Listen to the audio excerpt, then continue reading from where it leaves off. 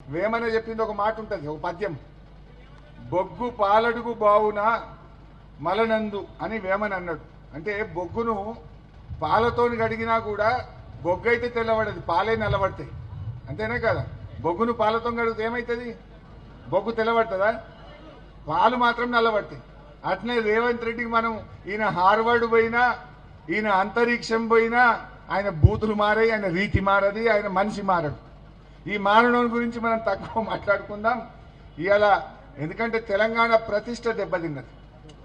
నా బాధ ఏంటంటే ఇవాళ కేసీఆర్ గారు వచ్చిన తర్వాత తెలంగాణ విలువ పెరిగింది. ఎందుకు? దుబ్బాక భూముల విలువ పెరగలేదా? చుట్టుపక్కలే భూముల విలువ పెరిగిందా లేదా? కేసీఆర్ వచ్చినాక భూముల విలువ పెరిగింది, మనుషుల విలువ పెరిగింది, తెలంగాణ ప్రతిష్ట పెరిగింది.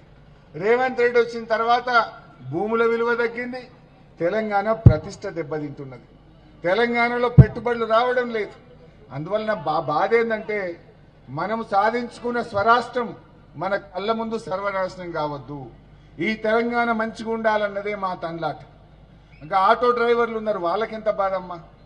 ఆటో డ్రైవర్లు వాళ్ళ బతుకులు కూడా రోడ్ల మీద పడ్డాయి. ఏడాదికి 12,000 ఇస్తా అని వాళ్ళని కూడా మోసం చేశాడు. అసలు మోసం చేయని మనిషి ఉన్నాడు ఎవడన్నా? రేవంత్ రెడ్డి.